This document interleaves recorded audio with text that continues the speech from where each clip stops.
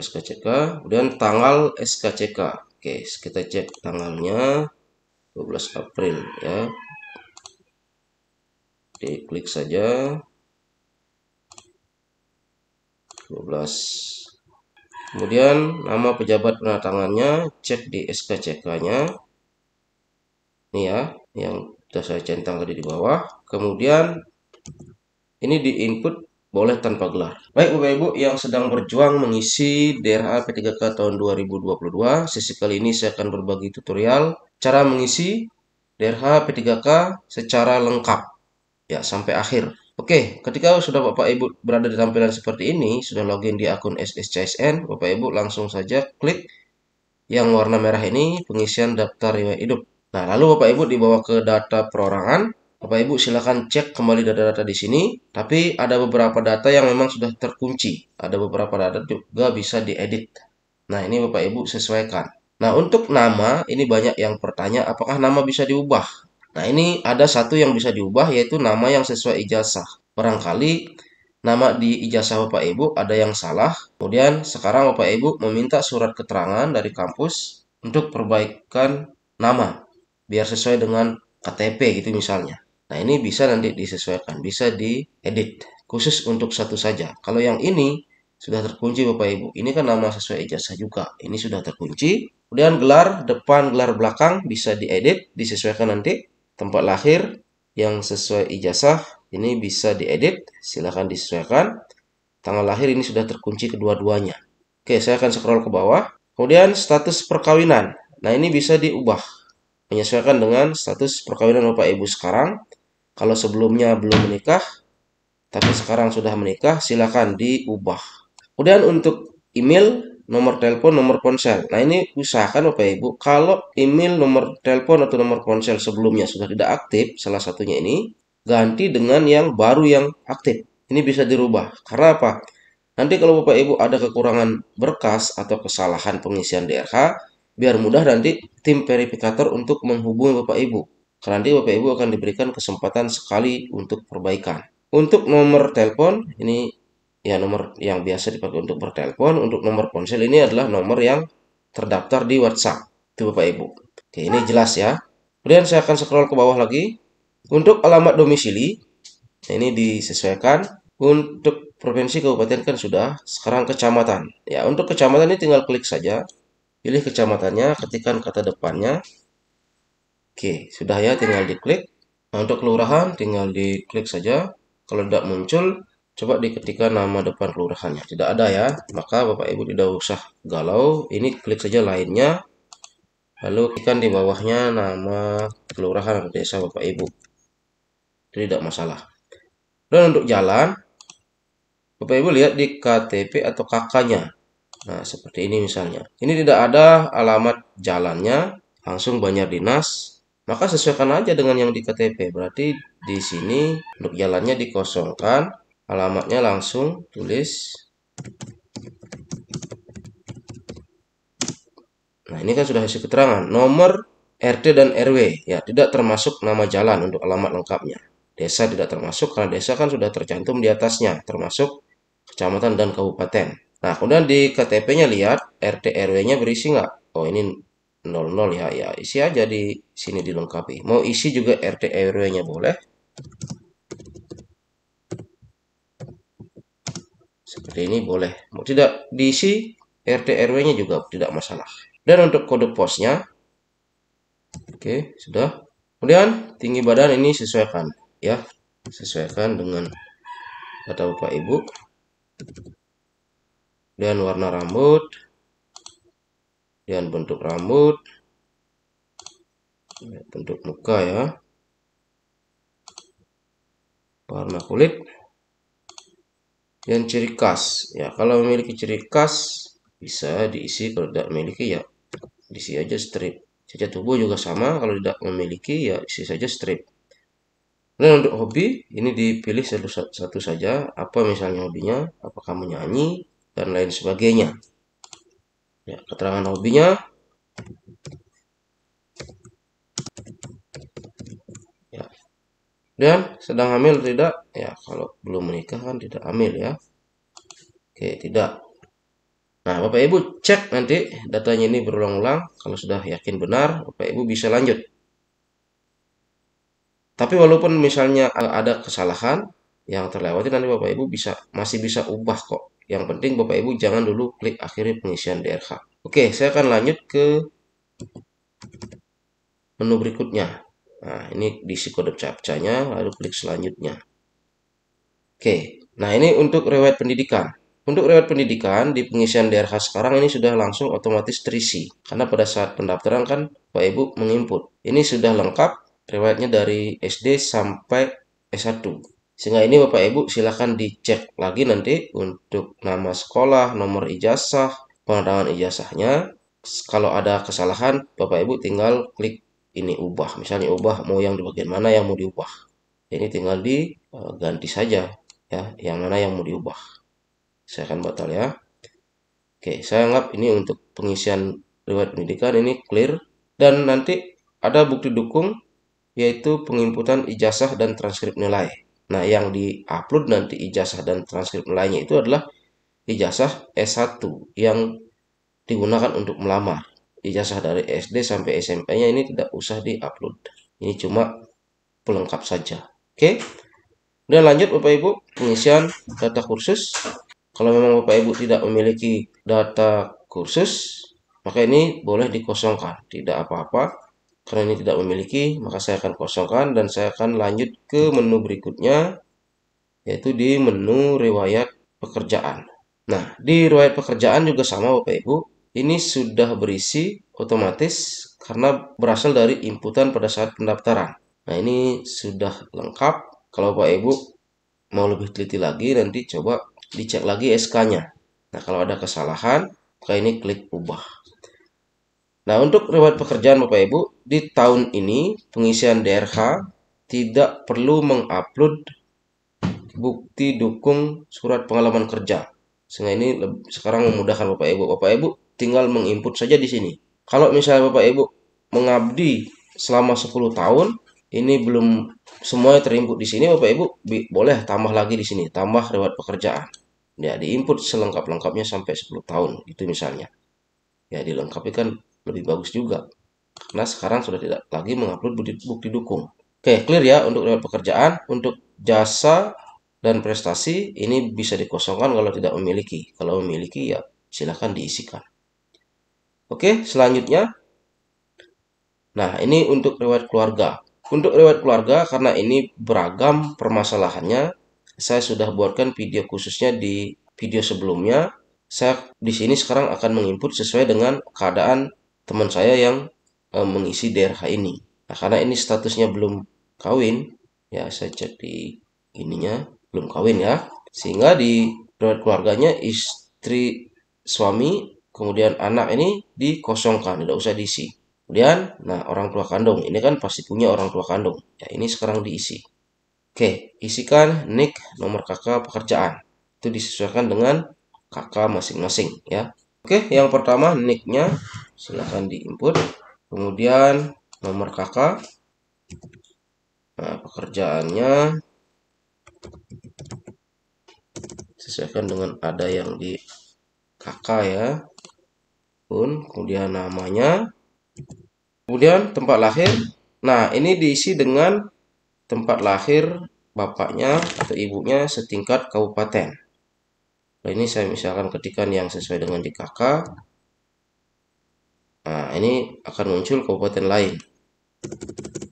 Ya, ini disesuaikan dengan kabupaten Bapak Ibu.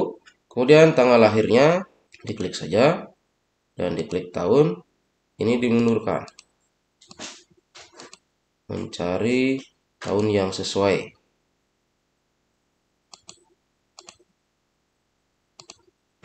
Oke, kemudian perusahaan atau institusi. Kalau petani pekebun tidak punya perusahaan atau institusi. Jenis kelamin pria karena ini bapak. Kemudian status hidupnya masih hidup.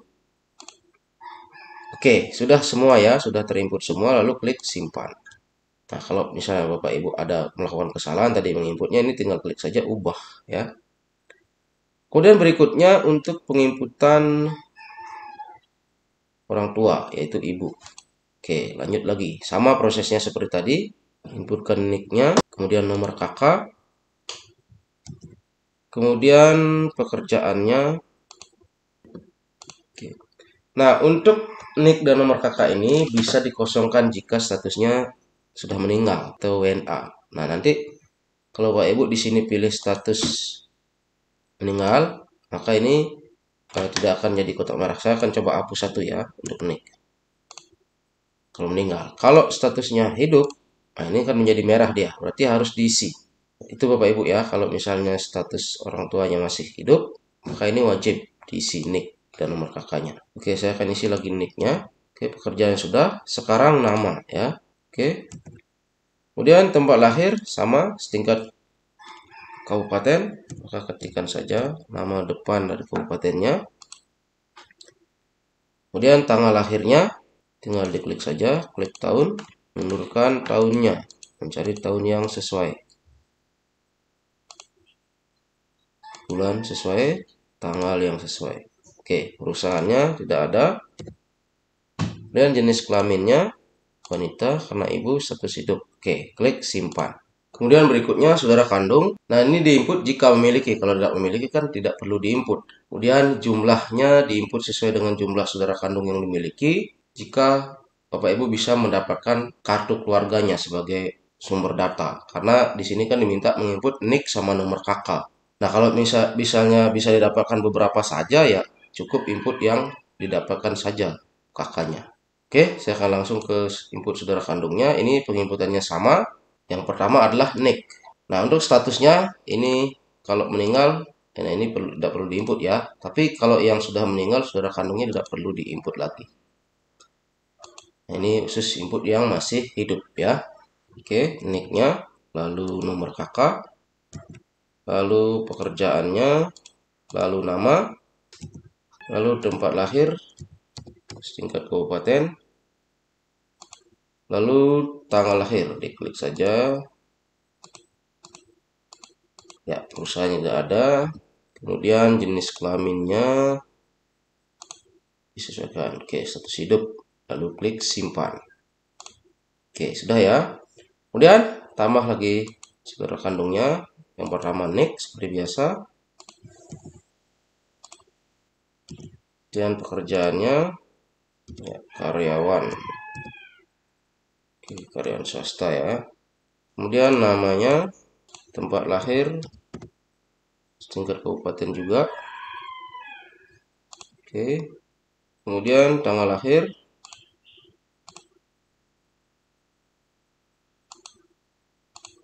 dan perusahaannya, lalu jenis kelamin, ya, status hidup. Nah, ini kalau karyawan swasta yang menetap, ini berarti punya perusahaan atau institusi. Boleh diinputkan, kalau tidak menetap misalnya, boleh diisikan strip aja. Oke, lalu klik simpan.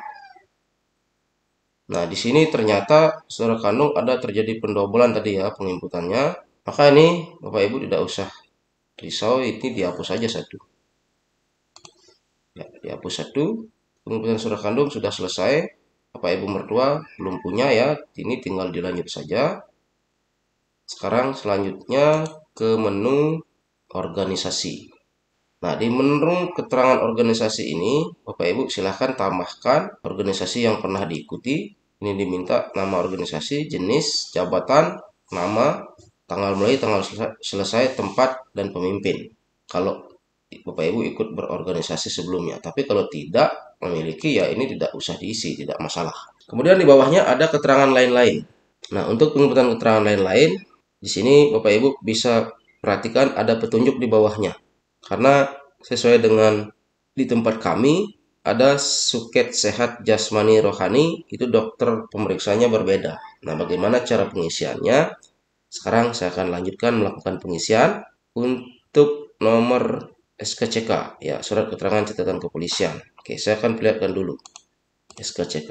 Di SKCK Bapak Ibu, di sini kan tercantum nomor, ini juga ada nomor, ya. Yang dimaksud dengan nomor SKCK itu yang ini Bapak Ibu.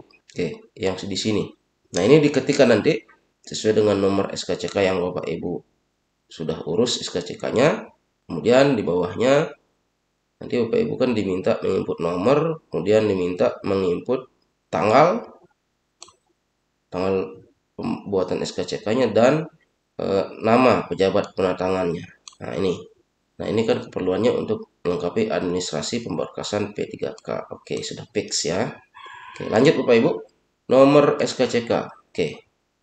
Ya, nomor SKCK, kemudian tanggal SKCK. Oke, kita cek tanggalnya 12 April ya. Diklik saja 12. Kemudian nama pejabat penatangannya, cek di SKCK-nya. Ini ya, sudah saya centang tadi di bawah. Kemudian ini diinput boleh tanpa gelar. Oke, untuk SKCK sudah. Kemudian lanjut ke suket sehat jasmani rohani. Nah, suket sehat jasmani rohani. Ini lihat suket sehat jasmani yang menerangkan tidak memiliki cacat-cacat itu jasmani, yang tidak memiliki gangguan mental itu rohani. Oke, ini dokternya berbeda tadi yang saya bilang. Sehingga ada dua nomor nanti dipisah dengan tanda strip. Oke, yang pertama ini nomor suket sehat jasmani. Nah, ini nomornya. Kemudian saya pisah dengan tanda garis miring. Garis strip ya, garis miring. Lalu berikutnya diikuti oleh nomor suket rohani. Nah, ini ya, sudah jelas nomornya di sini. Kemudian berikutnya adalah tanggalnya. Ya, kita cek tanggalnya, tanggal berapa. Ini ya, 17. Untuk tanggalnya ini sama, sehingga diinput satu saja. Tanggalnya 17 April. Oke. Nah, nama dokter ini tanpa gelar depan ya. Ini sudah dicontohkan di sini. Nah, nama dokternya tadi yang pertama ini kan suket jasmani. Ya, dokternya ambil yang dokter yang memeriksa jasmani terlebih dahulu. Ini ya. Dan baru diikuti oleh yang rohani. Oke, untuk nama dokternya. Nah, ini nama dokter yang jasmani. Kemudian dipisah dengan garis miring untuk yang dokter yang memeriksa rohani sekarang. Oke, sudah ya. Kemudian berikutnya surat bebas nafsa. Nah, surat bebas nafsa ini surat keterangan yang menyatakan tidak menggunakan narkotika. Kemudian di bawahnya ini adalah hasil uji labnya. Memang betul-betul negatif semua. Oke, sama. Ini yang minta nomornya. Kemudian tanggal pembuatannya, dokter yang memeriksa. Oke, yang pertama nomor suratnya dulu. Kemudian tanggalnya. Kemudian nama pejabat atau dokter yang memeriksa. Ya, nama dokternya. Nah, ini sudah ya, SKCK, suket sehat jasmani rohani, nafsa sudah. Yang bintang-bintang merah ini wajib diisi semua. Kemudian ini keterangan lain yang dianggap perlu, ini jika ada, boleh ditambahkan. Kalau tidak memiliki, ini bisa dikosongkan, tidak masalah. Nah, sekarang lanjut ke menu berikutnya. Dengan mengetikkan kode captcha dulu, maka klik selanjutnya. Nah, di sini sekarang Bapak Ibu bisa mencetak DRH perorangan dan DRH riwayat yang sudah Bapak Ibu tadi isi. Nah, dicetak dulu DRH perorangannya, DRH riwayat. Nah, ini DRH perorangan Bapak Ibu. Nah, di sini belum muncul foto Bapak Ibu. Karena apa? Di sini belum mengunggah foto. Ya, ini belum ada foto yang terunggah. Kalau Bapak Ibu sudah mengunggah di sini, baru klik cetak DRH perorangan, maka nanti akan muncul foto. Ini juga sudah saya tutorialkan di video sebelumnya. Sehingga Bapak Ibu sebelum mendownload atau mencetak DRH perorangan ini, upload dulu fotonya. Ini terutama bagi yang akan diupload di sini nanti. Karena di sini kan akan diminta mengupload daftar riwayat hidup yang sudah digabung. Nah, ini saya kan baru sebagai sampel saja. Tapi pengisiannya tidak masalah. Pengisian itu tidak akan berubah. Ini cuma masalah foto saja. Ingat nanti kalau yang mau diupload di sini, usahakan upload dulu di sini fotonya biar muncul foto di DRH-nya. Nah, itu ya untuk DRH riwayat. Ini perorangan, ini yang ya pendidikan dan seterusnya tadi. Ini nanti Bapak Ibu gabung. dengan daerah perorangannya diisikan di sini ya. Ini kan masih kosong, nama desa Bapak Ibu, kemudian yang membuat, nah ini materainya 10K di tanda tangan. Ini digabung dengan daerah perorangannya. Ingat, ini ada tanda bintang-bintang ini di daerah perorangan, ini ditulis lagi, ditulis dengan tinta hitam, huruf balok kapital. Ya, sesuaikan dengan apa yang ada di atas ini, maka tulis lagi di sini, tulis tangan. Ini tulisan seperti ini, tulis lagi di atas, tulis lagi di sini, tulis tangan. Ini tanggal lahir, tulis lagi di sini. Pokoknya apa yang ada di atasnya itulah yang ditulis. Oke, untuk pengisian DRH-nya sudah. Nah, sekarang bagaimana Bapak Ibu biar bisa sampai akhir? Nah, Bapak Ibu siapkan dulu dokumennya. Dokumen yang perlu diunggah di sini, surat pernyataan 5 poin, kemudian surat keterangan catatan kepolisian, ini sudah ya. Kemudian file scan daftar riwayat hidup yang tadi, yang sudah Bapak Ibu isi, ini ya, dengan cetak keduanya ini, perorangan dan riwayat, ini digabung dijadikan satu. Kemudian surat keterangan tidak mengkonsumsi narkoba atau surat bebas nafsa, surat keterangan sehat jasmani rohani, kemudian file scan ijazah asli, transkrip nilai, dan surat lamaran. Nah, ini untuk surat lamaran sesuaikan nanti dengan apa yang diminta oleh BKPSDM-nya. Karena di BKPSDM kami, di surat pengumuman pasca sanggahnya itu tidak menampilkan permintaan untuk membuat surat lamaran. Kemungkinan ini sifatnya opsional saja, tapi biar lebih plong koordinasikan dengan BKPSDM-nya. Wajib diunggah apa tidak. Dan yang terakhir, foto formal terbaru. Nah, inilah yang perlu nanti diunggah, ada 9 yang tadi saya sampaikan di pengisian bukti pengalaman kerja. Ini sudah tidak ada sekarang Bapak Ibu. Kalau di tahun 2021 kemarin ada, sekarang tidak ada, sehingga lebih mudah mengisi DRH yang sekarang. Oke, untuk data-data yang tadi Bapak Ibu masih bisa ubah. Kalau ada yang salah, silakan DRH yang dicetak tadi di print, dicek lagi baik-baik. Yang penting Bapak Ibu jangan dulu mengklik ini. Jangan juga buru-buru Bapak Ibu, kan masih lama proses pengisian DRH-nya ini, diberikan waktu. Dipastikan dulu data-data yang sudah benar, ini dicek lagi bolak-balik, mana file-file yang sudah benar, dicek lagi, dipastikan memang sudah benar. Jangan sampai nanti sudah mengklik akhiri baru Bapak Ibu menyesal, oh ada salah ini, ada salah itu, bagaimana apakah nanti saya tidak lulus dan lain sebagainya. Biar tidak seperti itu.